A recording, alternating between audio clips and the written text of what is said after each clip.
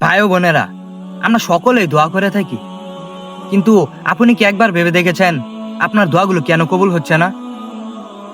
তাহলে আসুন আজকে জেনে নেন দোয়া কবুলের সেই শর্তগুলো এবং কোন সময় দোয়া করলে আপনার দোয়াগুলো কবুল হবে। সেই সময়গুলো আজকে আমি আপনাদেরকে এই ভিডিওর মাধ্যমে বলবো। তাই এই ভিডিওটা শেষ পর্যন্ত দেখার জন্য সকলের অনুরোধ রইল। দোয়া কবুলের প্রথম শর্ত হলো আল্লাহর প্রতি দৃঢ় বিশ্বাস থাকা। আপনার যদি আল্লাহর প্রতি বিশ্বাস না থাকে তাহলে কোনোদিন আপনার দোয়া কবুল হবে না। এজন্য দোয়া করার সময় আমাদের মনে আল্লাহর প্রতি দৃঢ় বিশ্বাস থাকতে হবে। এটা সবসময় ভাবতে হবে যে আল্লাহ আমাকে দেখছেন, আল্লাহ আমার সব কথা শুনছেন এবং আল্লাহ নিশ্চয় আমার দোয়া কবুল করতে সক্ষম। রাসূল সাল্লাল্লাহু আলাইহি সাল্লাম বলেন, দোয়া করো দৃঢ় বিশ্বাস নিয়ে, উদাসীন হয়েও না এবং মন স্থির করে, তাহলে তোমাদের দোয়া কবুল হবে। দোয়া কবুলের দ্বিতীয় শর্ত হালাল খাবার, হালাল রিজিক। আমাদের রিজিক যদি হালাল না হয় তাহলে আল্লাহ পাক আমাদের কোনো দিনও দোয়া কবুল করবেন না। শুধু দোয়াই কবুলই না, আমাদের কোনো নামাজ, কোনো আমল আল্লাহ তাআলার কাছে গ্রহণীয় হবে না এবং সে আমল দিয়ে আমরা কখনো জান্নাতে যেতে পারবো না। কারণ কারণ হালাল রুজির ব্যাপারে আল্লাহ পাক কুরআনুল কারিমে অনেক সতর্ক করেছেন। আল্লাহ পাক কুরআনুল কারিমে অনেক জায়গায় বলেছেন যে তোমরা হারাম থেকে বেঁচে থাকো।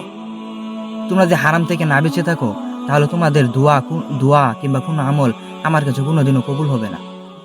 তাহলে বোঝা গেল যে দোয়া কবুলের দ্বিতীয় শর্ত হলো হালাল খাবার, মানে হালাল রিজিক।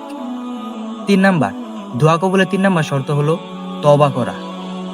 আমাদের জীবনের সর্বপ্রথম কাজ হলো আল্লাহর কাছে মন খুলে তওবা করা। আমরা যদি গুনাহ নিয়ে আল্লাহর কাছে দোয়া করি তাহলে কি কখনো আমাদের দোয়াটা কবুল হবে? এই জন্য দোয়া করার আগে আল্লাহর কাছে তওবা করে নেবেন। যদি আপনি তওবা করতে পারেন তাহলে আল্লাহ পাক আপনার সমস্ত গুনাহ মাফ করে দিবেন এবং আপনার দোয়াটা আল্লাহর দরবারে কবুল হবে। দোয়া কবুলের 4 নাম্বার শর্ত হলো আত্মীয়তা সম্পর্ক বজায় রাখা। রাসূল সাল্লাল্লাহু আলাইহি সাল্লাম বলেন, তোমাদের ওই দোয়া কখনই আল্লাহ পাক কবুল করবে না যদি তোমার আত্মীয়তা সম্পর্ক বজায় না রাখো।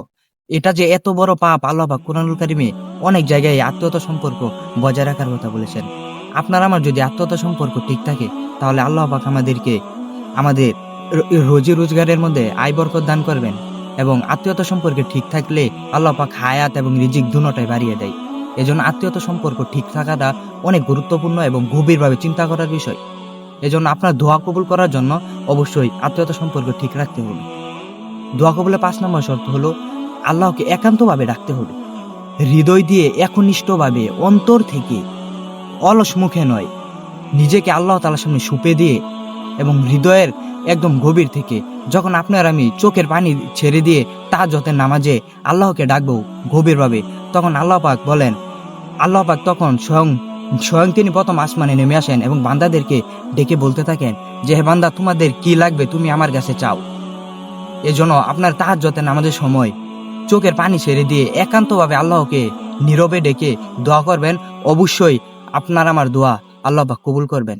দোয়া কবুলের 6 নম্বর শর্ত অস্থিরতা না হওয়া। আমরা দোয়া করার সময় অস্থির হয়ে যাই এবং দোয়াটা ঠিক করে ধরতে পারি না। দোয়া ধরার সময় হাতের এমন করি, মানে নানা রকম ভাবভঙ্গি করি। আসলে এটা আল্লাহ তাআলার সাথে ফাইজলামি ছাড়া আর কিছু নয়। আপনি আমি মহান সর্বশক্তিমান আল্লাহর সামনে হাত তুলতেছি, রহমানের সামনে হাত তুলতেছি, রাজ্জাকের সামনে হাত তুলতেছি, যিনি রিজিক দাতা, পুরো পৃথিবীর মালিকের কাছে হাত তুলতেছি। এখন যদি আপনার আমি আল্লাহর সামনে হাত তুলতে গিয়ে যদি হাতের এমন করি, আঙ্গুল ফুটাই, তাহলে কি আমাদের দোয়া কবুল হবে? রাসূল সাল্লাল্লাহু আলাইহি সাল্লাম বলেছেন, তোমাদের কারো দোয়া কবুল ততক্ষণ পর্যন্ত কবুল হবে না যদি তোমরা তাড়াহুড়া করো, তাহলে তোমাদের দোয়া কখনোই কবুল হবে না। এজন্য দোয়ার মধ্যে প্রথমে দোয়ার মধ্যে আপনি প্রথমে দোয়াটা শুরু করবেন রাসূল সাল্লাল্লাহু আলাইহি সাল্লামের দরুদ দিয়ে এবং আল্লাহর প্রশংসা দিয়ে, তাহলে অবশ্যই আপনার দোয়াকে আল্লাহ পাক কবুল করবেন। এতক্ষণ শুনলেন দোয়া কবুলের শর্তগুলো, আর এখন আমি আপনাদেরকে বলবো দোয়া কবুলের সময়গুলো, কোন কোন সময় দোয়া করলে আল্লাহ পাক কবুল করেন। এক নাম্বারই হলো তাহাজ্জুদের সময়, মানে শেষ রাত্রে। তাহাজ্জুদের সময় স্বয়ং আল্লাহ পাক প্রথম আসমানে নেমে আসে বান্দাদেরকে ডাকতে থাকেন। এজন্য আল্লাহ পাক সেই তাহাজ্জুদের সময় বান্দার যে কোনো দোয়াই কবুল করে থাকেন। 2 নাম্বার হলো আজান এবং একামতের মাঝখানে। রাসূল সাল্লাল্লাহু আলাইহি সাল্লাম বলেন, তোমরা আজান এবং একামতের মাঝখানে দোয়া করো, সেই সময় আল্লাহ পাক বান্দার দোয়া কবুল করে থাকেন। দোয়া কবুলের 3 নম্বর শর্ত হলো জুমার দিন আসরের পর মাগরিবের নামাজের আগে। এটি একটি গুরুত্বপূর্ণ বিষয় যে জুমার দিন একটি পবিত্র দিন এবং রাসূল সাল্লাল্লাহু আলাইহি সাল্লাম জুমার দিনের আসরের নামাজের পর আসর নামাজ থেকে মাগরিবের নামাজের পর এই সময়কে অনেক গুরুত্ব দিয়েছেন এবং রাসূল সাল্লাল্লাহু আলাইহি সাল্লাম বলেন যে তোমরা জুমার দিন আসরের পর থেকে মাগরিবের পর্যন্ত বেশি বেশি করে আল্লাহর দুরূদ পড়ো, সানা পাঠ করো এবং দোয়া করো। সেই সময় আল্লাহ পাক বান্দার দোয়া কবুল করে থাকে।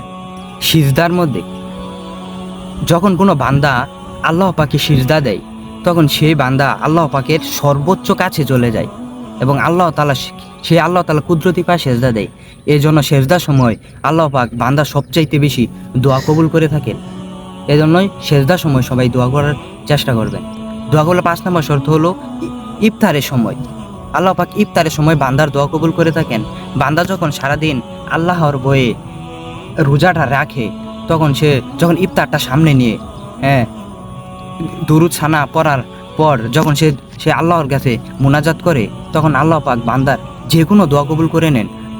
সেই দোয়াটা যত কঠিন হোক না কেন ইফতারের সময় যে কোনো বান্দার যে কোনো দোয়া আল্লাহ পাক কবুল করেন।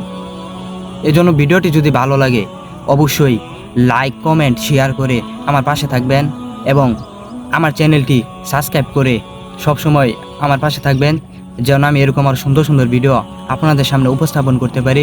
এবং যদি আমার ভিডিওটা কেউ ফেসবুক পেজ থেকে দেখেন তাহলে আমার পেজটি ফলো করে দিবেন। সকলের জন্য দোয়া রইল, আমার জন্য দোয়া করবেন। সকলে সুস্থ থাকবেন। আসসালামু আলাইকুম ওয়া রাহমাতুল্লাহি ওয়া বারাকাতুহু।